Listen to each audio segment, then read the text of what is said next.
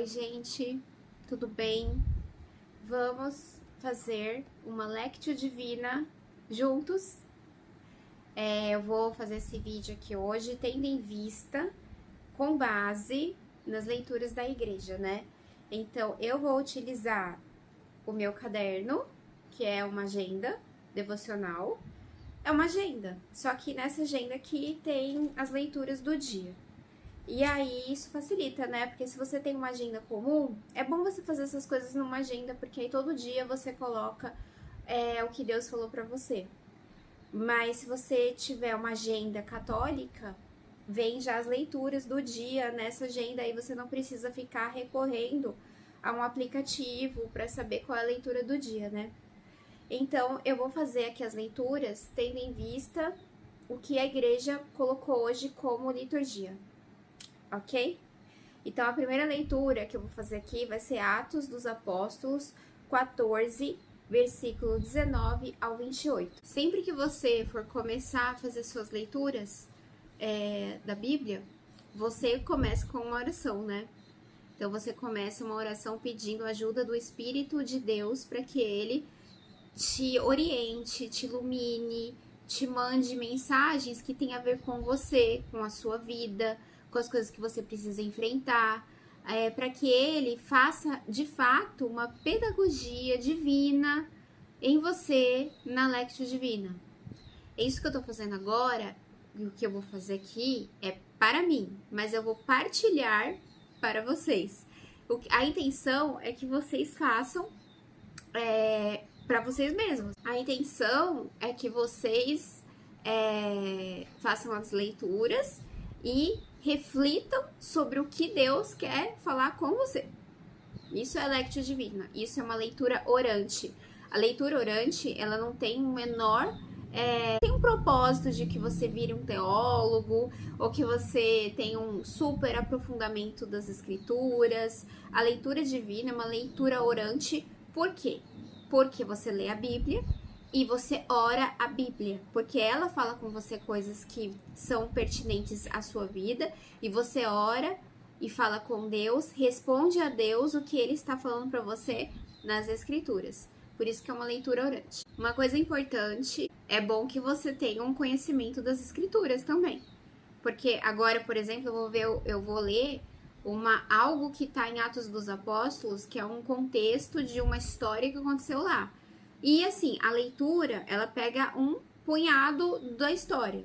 Se você não faz ideia de quem é Paulo, de quem é Barnabé, de quem estava ali em Atos dos Apóstolos, é bom que você se aprofunde num cronograma bíblico para que você tenha o conhecimento mínimo das escrituras.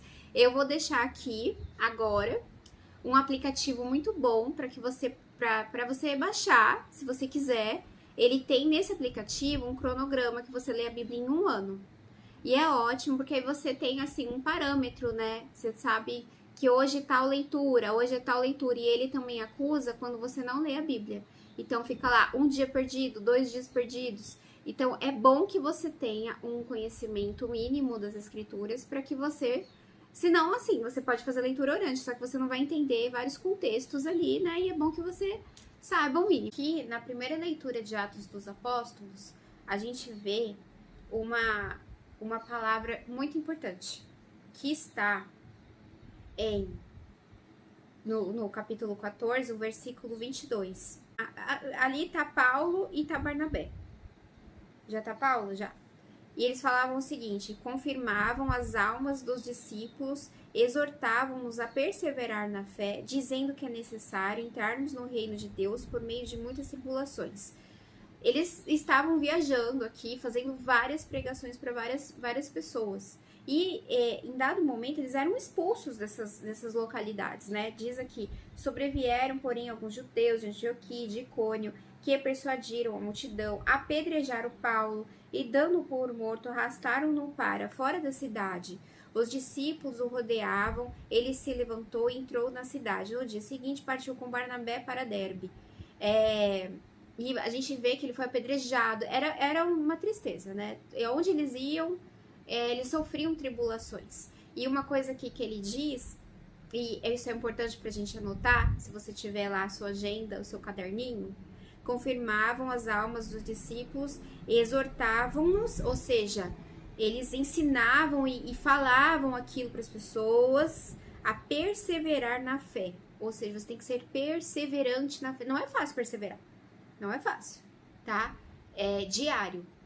Você não acorda de manhã e tem que escovar os dentes, lavar o rosto. Às vezes você levanta, você nem quer levantar. Você pensa, meu Deus, quanta coisa que eu tenho que fazer, socorro, mas você tem que ir. É difícil, mas a gente vai. E aos poucos a gente vai indo. Então, o problema não é a gente sentir que não tá dando pra prosseguir. O problema é a gente parar de prosseguir. A gente, de fato, parar. Estacionar e não querer mais mover um pé do lugar. É você desistir. As emoções, elas vêm. Os sentimentos chegam. Os pensamentos, eles vêm até a nossa mente. Não tem jeito. O problema disso é você parar de perseverar. E perseverar significa você continuar andando apesar das tribulações. Apesar de você não querer mais. Apesar de você estar desanimado. É você continuar. A fé, ela vem de uma constância na sua vida. A fé, ela não é assim, me converti, agora eu tenho fé e acabou, ponto, acabou, não preciso fazer mais nada. Não, a fé, ela é algo que você tem que alimentar todos os dias. Então, você tem que se encher de fé todos os dias. É que nem uma garrafinha de água. Ela fica vazia, vai ter uma hora que ela está vazia, então você tem que ir lá encher a sua garrafinha de água de fé. E ir tomando, mas em dado momento vai esvaziar novamente. Afinal de contas, nós estamos nesse mundo, e nesse mundo há tribulações. Jesus já disse, né? Nesse mundo havereis de sofrer tribulações, mas tenham fé, porque eu venci o mundo. Então os nossos olhos têm que estar em Jesus, os nossos olhos têm que estar na palavra de Deus. Entretanto, se a gente não alimenta a nossa fé todos os dias, a gente vai começar a esmorecer. A nossa garrafinha de água começa a ficar vazia.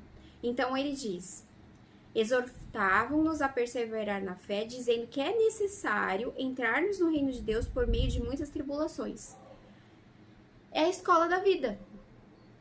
Entende? Então, assim, Deus, ele nos lapida. Isso é um fato. Quem não sabe disso, quem pensa que a vida é um bolinho de morango com chocolate, não leu as escrituras. Porque se você ler as escrituras, você aí, nem sei se você é católico, você pode ser católico, pode ser só cristão, pode ser evangélico, espírita, que seja. A vida não é um bolinho de chocolate, tá? Então, é necessário, Deus nos lapida para a boa obra. Ele nos forja para que a gente se torne aquilo para o que ele nos criou para ser. Então, as escrituras, elas dizem isso de forma clara. É necessário entrarmos no reino de Deus por meio de muitas tribulações. Se você vê as histórias dos santos, você vai ver quantas tribulações eles passaram. Porque acontece. E isso nos molda. A gente pode, ou com sofrimento, se destruir, ou crescer e nos tornar aquilo para que a gente foi criado para ser. Então a gente tem uma opção nisso, mas que vai vir, essa onda vai vir. A onda do amadurecimento, do confronto, do momento onde você tem que tem que sair desse conformismo, do conforto. Crescer envolve desconforto. Né? Até quando a gente nasce, a gente entra já, a gente tá bonitinho lá do ventre materno, nasce e já entra num desconforto. E vai crescendo e vai entrando em desconforto. E assim vai até o fim da nossa vida. E a gente sempre tem que pedir para Deus nos mostrar o que Ele deseja de nós, o que o Senhor quer de mim. Porque Ele sempre tá ensinando a gente alguma coisa nas coisas que a gente passa. Sempre tem um ensinamento. tanto na bênção quanto no aprendizado. Aqui a gente vai ler o Salmo 144, entre aspas, 145 em algumas bíblias, que fala sobre a realeza e providência divina. E completando a nossa leitura, a primeira leitura, a gente vê assim, existem duas formas de ver a vida, né? Você pode ver a vida de uma forma ruim e você pode ver a vida de uma forma boa, independentemente do que você está passando. Porém, entretanto, contudo, todavia, quem tem a palavra do Senhor na mão, tem na mão o escudo que nos protege e nos guia pelo vale da sombra da morte, ou pelo vale, ou pelos montes verdejantes. Não importa o caminho que você está andando. Se você tem no seu coração o Senhor de todas as coisas, e na sua mão o guia que Ele deixou para a gente viver bem a nossa vida, ainda que você passe por tribulações, você nunca perderá de vista a face do Senhor. E o que diz aqui no Salmo 144, eu vou me deter aqui no versículo 14 em diante. O Senhor sustém os que vacilam e soergue os abatidos. Ele levanta as pessoas que vacilam. Você vai vacilar. Se você acha que você não vai vacilar, você vai vacilar. Eu acho muito estranho quem fala assim, eu sempre tive uma fé inabalável. Isso nunca aconteceu comigo. Como é fácil ser cristão. Esquisito, tá? É difícil, porque a gente muda. A gente tem sentimentos dentro da nossa cabeça, do nosso coração, e a vida vai acontecendo. Então a gente vacila. A gente vacila igual o povo do Egito, tá? A gente vacila. E quando a gente tem isso na cabeça, a gente vacila menos, porque a gente começa a ser o quê? Vigilante. Por isso que Jesus fala, vigiai e orai. O espírito está disposto, mas a carne é fraca. Bobo e tolo é aquele que acha que nunca vai vacilar. Então, o Senhor diz aqui para nós. O Senhor sustém os que vacilam e soergue os abatidos. Todos os olhos esperançosos se dirigem para vós, e a seu tempo vos alimentais. A seu tempo. Não é no teu tempo. Não é no tempo que você colocou lá no seu calendário. É no tempo do Senhor. E a gente não sabe qual é o tempo do Senhor. A gente tem que confiar que o tempo dele é perfeito. Então, a gente vai confiando que ele vai nos alimentar no tempo oportuno.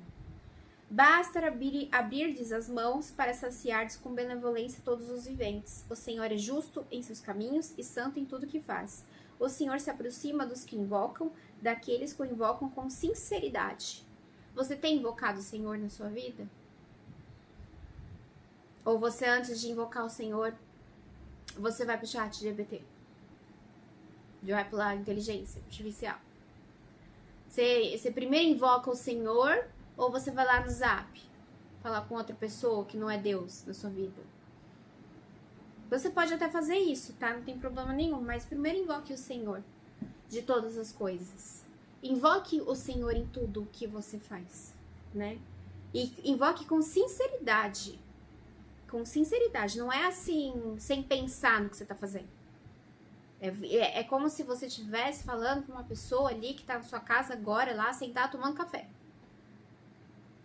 Aí você tem plena consciência. Eu gosto muito de uma oração que fala assim: Deus, tenho certeza, absoluta certeza que o Senhor está aqui, que me vê e que me ouve. Adoro-te com profunda reverência. Peço-te perdão dos meus pecados e a graça de fazer com fruto a minha vida. É mais ou menos assim essa oração. Para que você se lembre que você tem que crer firmemente que o Senhor está ali te ouvindo agora. Para que você se coloque em estado de oração. Se colocar em estado de oração não é tão fácil assim. Às vezes a gente faz no automático e não se coloca em estado de oração.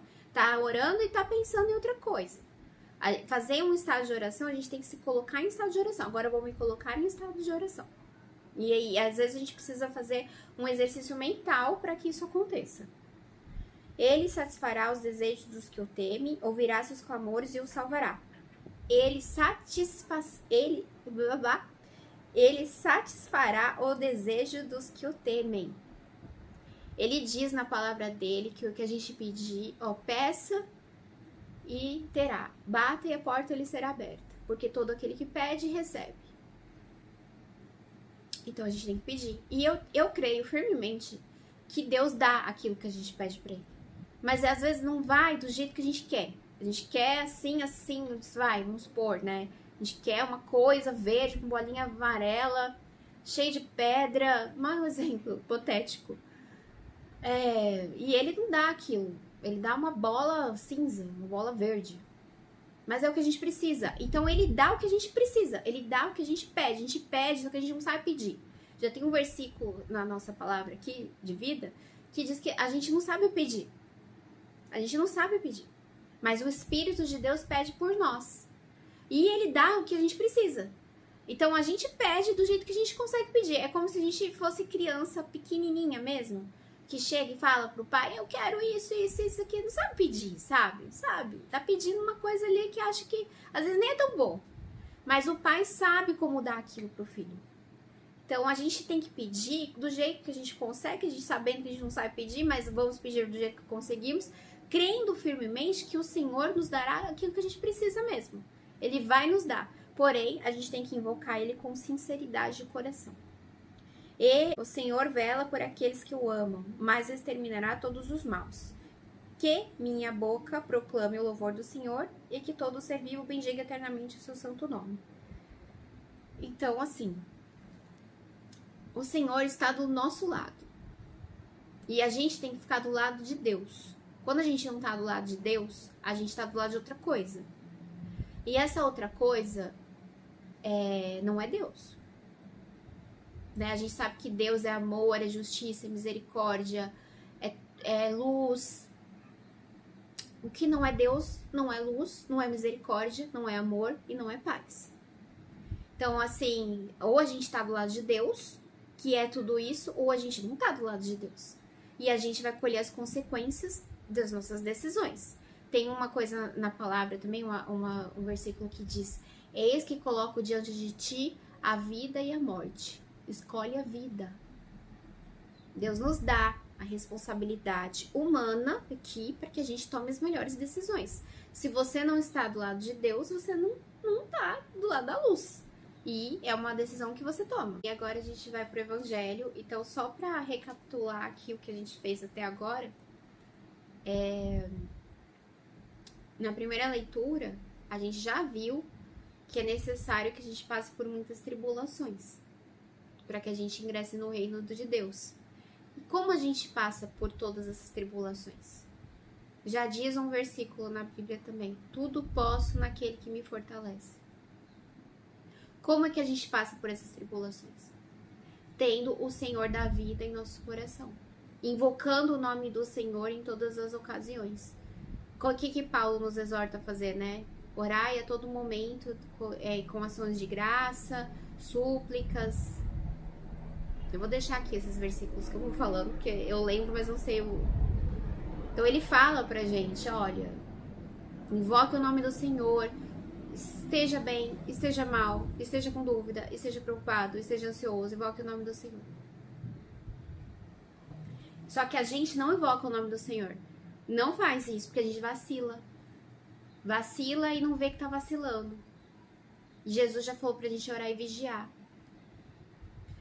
Se a gente se vigiar, vai saber que é necessário que a gente passe por muitas tribulações. Nas tribulações, a gente invoca o nome do Senhor, ora, toma o alimento da vida, que é a palavra de Deus para nós. E nos fortalecemos em espírito na verdade de Deus, que não depende de circunstâncias desse mundo para que a gente creia. Você não precisa que tudo dê certo na sua vida porque você crê em Cristo. A palavra dele não fala isso. Que se tudo der certo na sua vida, você está com Deus. Não, e quem promete essas coisas é o demônio lá no deserto para Jesus. Eu vou te dar todos os reinos desse mundo se você me adorar. É ele que fala isso. Aqui, na nossa Bíblia, de Deus, a nossa Bíblia cristã, que a gente acredita no Deus verdadeiro, ele não promete essas coisas. Mas ele promete que sempre vai estar conosco, independentemente das circunstâncias. Ainda que você passe pelo fogo, não se queimará. Ainda que você passe pelas águas, não se afogará, porque estarei contigo. E é isso que ele promete. Não que você não vai passar pelo fogo. E a gente tem que ter a humildade de saber que a gente vacila. Sabendo que você vacila, sabendo que você é inconstante, porque o ser humano é inconstante, e a primeira coisa que a gente faz para evitar essa inconstância nossa é ter conhecimento da sua inconstância, ter conhecimento da sua fragilidade diante da vida, tomar posse de uma atitude perseverante. Ou seja, todos os dias você vai ler a palavra de Deus. Todos os dias você vai orar. Todos os dias, mesmo sem entender, você vai se ajoelhar. Todos os dias, todos os dias. Isso aí é um espírito perseverante. E Deus vai te sustentar nesse caminho da vida que você tem aqui. Agora, a última leitura pra gente fechar a nossa leitura orante aqui, que é uma coisa que a gente tem que fazer na nossa casa, na nossa vida. Não aqui só, eu tô passando aqui pra vocês. Eu gosto muito de fazer essas leituras, mas sempre digo, né? Você tem que fazer aí na tua casa, com a sua Bíblia, com o seu caderno, com as suas coisas. E aí a gente vai se ajudando aqui. É bom partilhar também. Se você puder partilhar, partilhe aqui nos comentários. Aí a gente, quem sabe, a gente forma uma grande comunidade, né? De leitores da Bíblia orante aqui. Bom, aí o versículo... a gente vai para João 14, versículo 27 ao 31. E esse aqui é muito legal, eu vou ler. Eu não tava lendo os outros, só pegando algumas partes, mas esse aqui eu vou ler inteiro.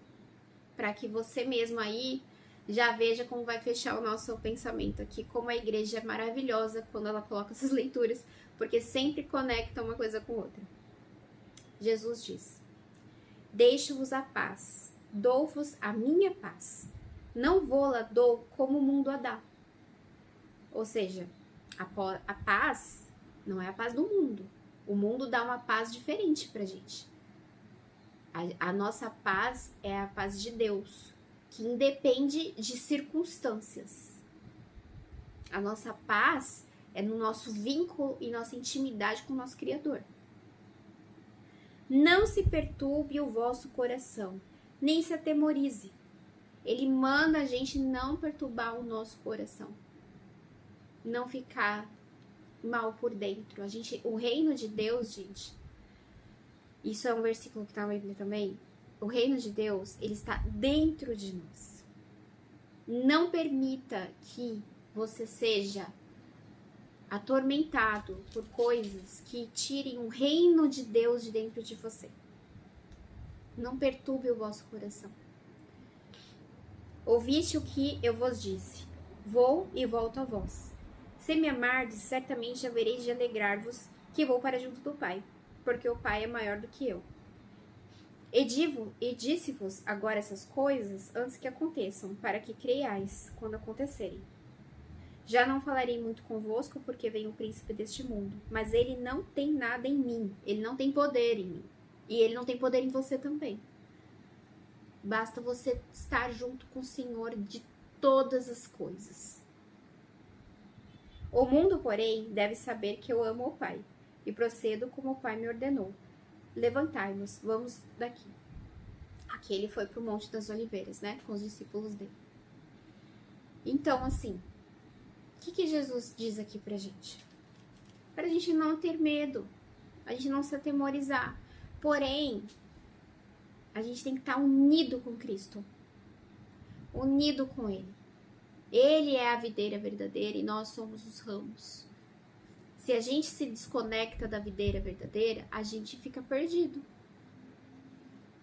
Qualquer vento leva, um vento bate, a gente voa, bate outro vento, vai, bate outro vento.